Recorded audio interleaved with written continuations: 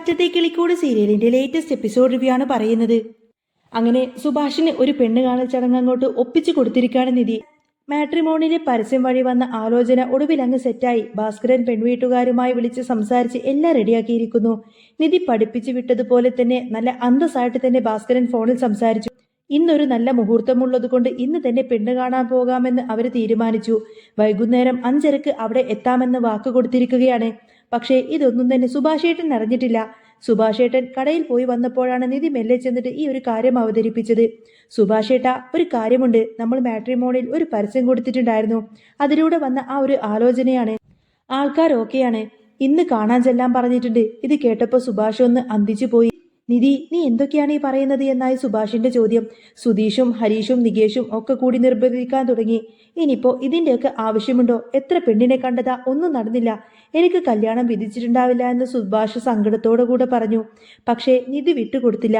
അങ്ങനെയൊന്നും പറയില്ലേ സുഭാഷേട്ടാ, ഇത്തവണ എന്തായാലും നടക്കും. വേഗം പോയി റെഡിയാവാൻ നോക്ക്. ഭാസ്കരനും കൂടെ കയറി ഒന്ന് കൊടുത്തപ്പോൾ സുഭാഷ് വഴങ്ങി. 4:30 ഇവിടെ നിന്നും ഇറങ്ങണം. 5:30 മുൻപെങ്കിലും അവിടെ എത്തണം, നിധി കർക്കശമായി പറഞ്ഞു. എല്ലാവരും ഡ്രസ്സൊക്കെ മാറ്റി ഒരുങ്ങാൻ പോയി. അതിനിടയിൽ സുധീഷ് അറിയാതെ തന്നെ നിധിയുടെ മുറിയിലേക്ക് കയറിപ്പോയി. അയ്യോ സോറി, മുറി മാറിപ്പോയതാണ് എന്ന് സുധീഷ് ചമ്മലോടെ പറഞ്ഞ് താഴേക്ക് വരുമ്പോൾ നികേഷ് അവനെ കളിയാക്കി വിട്ടു. കുറെ കഴിഞ്ഞപ്പോൾ എല്ലാവരും റെഡിയായി. സുഭാഷിനെ കണ്ടപ്പോൾ ഹരീഷിന് ഭയങ്കര സന്തോഷം. കൊള്ളാം, നല്ല ഭംഗിയായിട്ടുണ്ട്. നികേഷ് വന്ന് മുടി ഒന്ന് സെറ്റ് ചെയ്യട്ടെ എന്ന് ചോദിച്ചുവെങ്കിലും സുഭാഷ് അതിനൊന്നും സമ്മതിച്ചില്ല. മോഡിഫിക്കേഷൻസ് ഒന്നും വേണ്ട, എനിക്കിത് മതി. ഇതിനിടയിൽ ഭാസ്കരൻ ഇറങ്ങി വന്നു. എങ്ങനെയുണ്ട്? നല്ല ജെന്റിൽമാൻ ലുക്കല്ലേ? അച്ഛൻ അവിടെ ചെന്ന് വായ തുറക്കാതിരുന്നാ മതിയെന്ന് പറഞ്ഞു. അപ്പോഴാണ് കതക് തുറന്ന് സാരിയൊക്കെ ഉടുത്തുകൊണ്ടതിന് സുന്ദരിയായിക്കൊണ്ടതിന് നിധി അങ്ങോട്ടേക്ക് ഇറങ്ങി വരുന്നത്. സുധീഷ് നിധിയെ കണ്ണെടുക്കാതെ തന്നെ ഇങ്ങനെ നോക്കി നിൽക്കാണ്. കൊള്ളാട്ടോ, സാരി എടുത്തപ്പോൾ നല്ല കാണാൻ പ്രത്യേക ഭംഗിയുണ്ട് എന്ന് സുധീഷ് പറഞ്ഞുവെങ്കിലും നിധിക്ക് അത്രയൊന്നും ഭാവമാറ്റമൊന്നുമില്ല. ഏട്ടത്തിയമ്മേ, സൂപ്പർ ആയിട്ടുണ്ട് എന്ന് നികേഷ് പറഞ്ഞപ്പോൾ നിധി അവന് നന്ദി പറഞ്ഞു. ഇത് കണ്ടു നിന്ന സുധീഷ് അവന് താങ്ക്സ്, എനിക്കൊന്നുമില്ല എന്നിങ്ങനെ പിറുപിറുത്ത് അവിടെ നിന്നും ഇറങ്ങാണ്. ഇറങ്ങുന്നതിന് മുൻപ് തന്നെ നിധി എല്ലാവർക്കും കൂടി ഒന്നും കൂടി നിർദ്ദേശം കൊടുത്തു.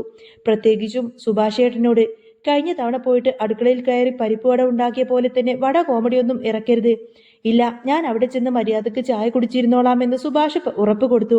ഭാസ്കരൻ നിധി തന്നെ അച്ഛ എന്ന് വിളിച്ചത് കേട്ട് ഭയങ്കര സന്തോഷത്തിലായിരുന്നു. അങ്ങനെ എല്ലാവരും കൂട്ടി ആ ഒരു പെണ്ണിന്റെ വീട്ടിലേക്ക് എത്തി. പെണ്ണിന്റെ അച്ഛനും അമ്മയും അവരെ സ്വീകരിച്ചു. ഭാസ്കരൻ എഴുന്നേറ്റ് നമസ്കാരമൊക്കെ പറഞ്ഞ് മര്യാദക്ക് തന്നെ അവിടെ ഇരുന്നു. എന്നിട്ട് തന്റെ ആൺമക്കളെ ഓരോരുത്തരെയായിട്ട് പരിചയപ്പെടുത്തി. നിധിയെ ചൂണ്ടിയിട്ട് പറയുന്നുണ്ട്, ഇതെന്റെ മരുമോളാണ്, സുധീഷിന്റെ ഭാര്യ എന്ന് പറഞ്ഞപ്പോൾ സുധീഷിന്റെ ഉള്ളിൽ ഒരു കുളിർമ തോന്നി. താൻ നേരത്തെ ലോറി ഡ്രൈവർ ആയിരുന്നുവെന്നും ഇപ്പോൾ മക്കളുടെ കൂടെയാണെന്നും ഒക്കെ ഭാസ്കരൻ പറയുന്നുണ്ട്. പെണ്ണിന്റെ അച്ഛൻ മകളെ കുറിച്ചും പറഞ്ഞു. അവൾ ബികോം കഴിഞ്ഞുവെന്നും ഇപ്പോ ഒരു ജ്വല്ലറിയിൽ ജോലി ചെയ്യുകയാണെന്നും എന്നൊക്കെ പറഞ്ഞു. സംസാരത്തിനിടയിൽ തന്നെ മധുരം വന്നപ്പോൾ ഭാസ്കരൻ 2 കൈകൊണ്ടും തന്നെ എടുക്കാൻ പോയതാണ്. നിധി ഒന്ന് കണ്ണു കാണിച്ചപ്പോൾ പെട്ടെന്ന് തന്നെ ഭാസ്കരൻ അങ്ങ് അടങ്ങിയിരുന്നു. പിന്നെ പെണ്ണ് ചായയുമായി വന്നു. എല്ലാവർക്കും ചായ കൊടുത്തു. സുഭാഷും പെണ്ണും തമ്മിൽ തനിച്ചൊന്ന് സംസാരിക്കാൻ വേണ്ടിയിട്ട് വീട്ടുകാര് അവസരം കൊടുത്തു. സുഭാഷിനാണെങ്കിൽ എന്ത് പറയണമെന്നറിയില്ല. അവൾ ഓരോന്ന് ചോദിച്ചപ്പോൾ സുഭാഷ് മറുപടി പറഞ്ഞു. പെണ്ണ് ചോദിക്കുന്നുണ്ട് സുഭാഷേട്ടന്റെ ഇഷ്ടങ്ങൾ എന്തൊക്കെയാണ് എന്ന്. സുഭാഷിന് പെട്ടെന്ന് പാചകം ചെയ്യാനുള്ള ഇഷ്ടമാണ് ഓർമ്മ വന്നത്. പക്ഷേ നികേഷ് പറഞ്ഞതോർത്തുകൊണ്ട് തന്നെ അവൻ അതങ്ങ് വിഴുങ്ങി. എനിക്ക് പൊതുവെ എല്ലാം ഇഷ്ടമാണെന്ന് ഒരു വിധം അങ്ങ് പറഞ്ഞു നിർത്തി. പിന്നീട് അങ്ങനെ താഴേക്ക് വന്നപ്പോൾ പെണ്ണിന്റെ അച്ഛൻ പറഞ്ഞു, ഒറ്റ ദിവസം കൊണ്ട് ഒന്നും മനസ്സിലാവില്ലല്ലോ, അവർ ഫോണിൽ സംസാരിക്കട്ടെ. സുധീഷ് നമ്പറുകൾ പരസ്പരം കൈമാറി. അതിനിടയിൽ എന്താ മൂത്തയാൾ നിൽക്കുമ്പോൾ അനിയൻ നേരത്തെ തന്നെ കല്യാണം കഴിച്ചത് എന്നൊരു ചോദ്യവും അവിടെ വന്നു. എല്ലാവരും ഒന്ന് പതറിയെങ്കിലും നിധി ഉടനെ തന്നെ ഇടപെട്ടു. അതൊരു ലവ് മാരേജ് ആയിരുന്നു. വീട്ടിൽ ചില പ്രശ്നങ്ങളുള്ളത് കൊണ്ട് തന്നെ പെട്ടെന്ന് തന്നെ കല്യാണം നടത്തേണ്ടി വന്നു എന്ന് പറഞ്ഞിട്ട് പെട്ടെന്ന് തന്നെ ആ ഒരു വിഷയം അവിടെ അങ്ങ് ഒതുക്കി തീർക്കാണ് നിധി. അങ്ങനെ തിരിച്ച് വീട്ടിലേക്ക് എത്തിയപ്പോൾ സാന്ദ്ര നിധിയെ വിളിച്ചു. അരുൺ ചെയ്ത കാര്യത്തിന് സാന്ദ്ര ക്ഷമ ചോദിക്കുന്നുണ്ട്. പക്ഷേ നിധി പറയുന്നുണ്ട്, ചേച്ചി അതിൽ വിഷമിക്കേണ്ട കാര്യമൊന്നുമില്ല. ഞാൻ ആ കുടുംബം വിട്ടതാണ്. ഇപ്പോൾ ഇതാണ് എൻ്റെ ഫാമിലി. ഇവിടെ എല്ലാവരും പാവങ്ങളാണ്. സുഭാഷേട്ടന് പെണ്ണ് കാണാൻ പോയ കാര്യവും ആ വീട്ടിലെ സ്നേഹത്തെക്കുറിച്ചും നിധി വായതോരാതെ ഇങ്ങനെ സാന്ദ്രയോട് സംസാരിച്ചു കൊണ്ടേയിരുന്നു.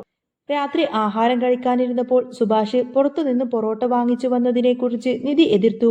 ഞങ്ങൾ പോയപ്പോൾ സുഭാഷേട്ടൻ മാത്രം അടുക്കളയിൽ കിടന്ന് കഷ്ടപ്പെടുന്നത് ശരിയല്ല എന്ന് നിധി പറഞ്ഞത് എല്ലാവർക്കും സ്പർശിച്ചു. അപ്പോഴാണ് സുഭാഷിന്റെ ഫോണ് ബെല്ലടിച്ചത്. ആ ഒരു പെൺകുട്ടിയായിരിക്കും വിളിച്ചത്. നേരത്തെ പെണ്ണ് കാണാൻ പോയ ആ ഒരു പെൺകുട്ടി. സുഭാഷിനാണെങ്കിൽ സംസാരിക്കാനൊരു പേടിയായിരിക്കും. നിധി നിർബന്ധിച്ചുകൊണ്ട് തന്നെ അവനെ പുറത്തേക്ക് വിട്ടു. സുഭാഷ് ഫോണിൽ സംസാരിക്കുന്നത് കേട്ട ഭാസ്കരൻ തിരിച്ചു വന്ന് തലയിൽ കൈവച്ചു. ഇത് ശരിയാകുമെന്ന് തോന്നുന്നില്ല. അവന് പെണ്ണിനോട് ഫുഡിനെ കുറിച്ചും പാചകത്തെക്കുറിച്ചുമാണ് വായതോരാതെ സംസാരിക്കുന്നത്. നികേഷും ചെന്ന് നോക്കിയപ്പോൾ കാര്യം സത്യമാണ്. റൊമാൻറ്റിക് ആയിട്ട് ഒരു പെണ്ണിനോട് സംസാരിക്കേണ്ടതിന് പകരം സുഭാഷ് ആണെങ്കിൽ ഭക്ഷണത്തെക്കുറിച്ചും അതുപോലെ പാചകത്തെക്കുറിച്ചൊക്കെ ക്ലാസ് എടുക്കുന്നത് പോലെയായിരിക്കും ആദ്യമായിട്ട് തന്നെ ആ ഒരു പെണ്ണിനോട് സംസാരിക്കുന്നത്. സുഭാഷ് അങ്ങനെ മുറ്റത്ത് നിന്ന് ആവേശത്തോടു കൂടി തന്നെ ഫോണിൽ സംസാരിക്കുന്നത് കണ്ടുകൊണ്ട് തന്നെ അകത്തിരുന്നവർക്ക് ആകെ ഒരു വെപ്രാളമായിരുന്നു. കുറച്ചു കഴിഞ്ഞപ്പോൾ കക്ഷി ഫോണൊക്കെ വെച്ചിട്ട് വല്ലാത്തൊരു ചമ്മിയ ചിരിയോടുകൂടി തന്നെ അകത്തേക്ക് വന്നു. എല്ലാവരും അവന്റെ കൂടെ നിന്നങ്ങ് വളയാണ്. എന്തായി സുഭാഷ് ഏട്ടാ, ആ കൊച്ചിന് ബോറടിച്ചോ അതോ ഏട്ടൻ വല്ല കടുപ്പവും വിളമ്പിയോ? നികേഷ് ആകാംക്ഷയോട് ചോദിച്ചു. സുഭാഷ് ഒന്ന് തല ചൊറിഞ്ഞുകൊണ്ട് പറഞ്ഞു, അതിപ്പോ അവൾക്ക് സാമ്പാർ വെക്കുന്നതിനെ പറ്റി ചോദിച്ചപ്പോൾ ഞാൻ ഡീറ്റെയിൽ ആയിട്ട് അങ്ങ് പറഞ്ഞു കൊടുത്തതേ ഉള്ളൂ. പച്ചക്കറി വഴറ്റുന്നതിന്റെ ഗുണത്തെപ്പറ്റി പറഞ്ഞപ്പോൾ അവൾ ചിരിക്കുന്നുണ്ടായിരുന്നു എന്നൊക്കെ പറയും. ഇത് കേട്ടതും ഭാസ്കരൻ കസേരയിൽ നിന്നും എഴുന്നേറ്റു. എടാ മണ്ടൻ സുഭാഷേ, പെണ്ണ് നിന്റെ അടുത്ത് കുറച്ചുമേരെ പ്രേമം വല്ലതും ഉണ്ടോ എന്നറിയാൻ വേണ്ടിയിട്ട് വിളിച്ചതായിരിക്കും. അപ്പോഴാണ് നിന്റെ ഒരു സാമ്പാർ പുരാണം. ഭാസ്കരന്റെ ശകാരം കേട്ട് സുഭാഷ് ആകെയൊന്ന് പരിങ്ങി. എന്നാൽ നിധി മാത്രമൊന്ന് ചിരിച്ചു. സാരമില്ലാച്ച, ചിലപ്പോ ആ കുട്ടിക്ക് ഇഷ്ടപ്പെട്ടിട്ടുണ്ടാവും സുഭാഷേട്ടന്റെ ആ നിഷ്കളങ്കതയിലെ നമ്മുടെ പ്ലസ് പോയിന്റ്. പെട്ടെന്ന് സുഭാഷിന്റെ ഫോണിലേക്ക് ഒരു മെസ്സേജ് വന്നു. അത് ആ പെൺകുട്ടി അയച്ച മെസ്സേജ് ആയിരുന്നു. നികേഷ് ആ ഫോൺ അങ്ങ് തട്ടിപ്പറിച്ച് വാങ്ങിയിട്ട് അത് ഉറക്കെ അങ്ങ് വായിച്ചു.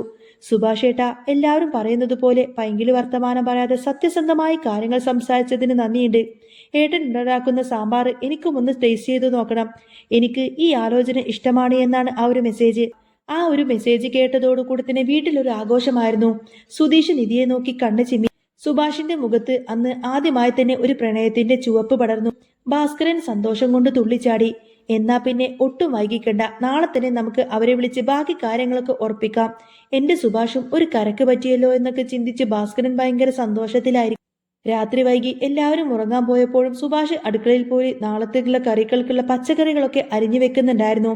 പക്ഷേ ഇത്തവണ അത് വെറും ഒരു ജോലിയായിരുന്നില്ല, തന്റെ വരാനിരിക്കുന്ന കൂട്ടുകാരിക്ക് വേണ്ടിയിട്ടുള്ള സ്നേഹത്തിന്റെ മുന്നൊരുക്കമായിരുന്നു. നിധി ആ ഒരു കാഴ്ചയെല്ലാം കണ്ടുകൊണ്ട് തന്നെ മനസ്സാൽ സന്തോഷിച്ചു.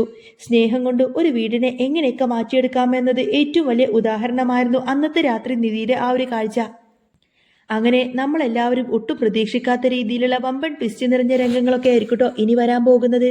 അപ്പോൾ നിങ്ങൾക്ക് ഈ ഒരു ചാനൽ ഇഷ്ടമാവുകയാണെങ്കിൽ സബ്സ്ക്രൈബ് ചെയ്യാനും സപ്പോർട്ട് ചെയ്യാനും മറക്കല്ലേ. നെക്സ്റ്റ് വീഡിയോ ആയിട്ട് ഉടനെ വരാം. ബൈ.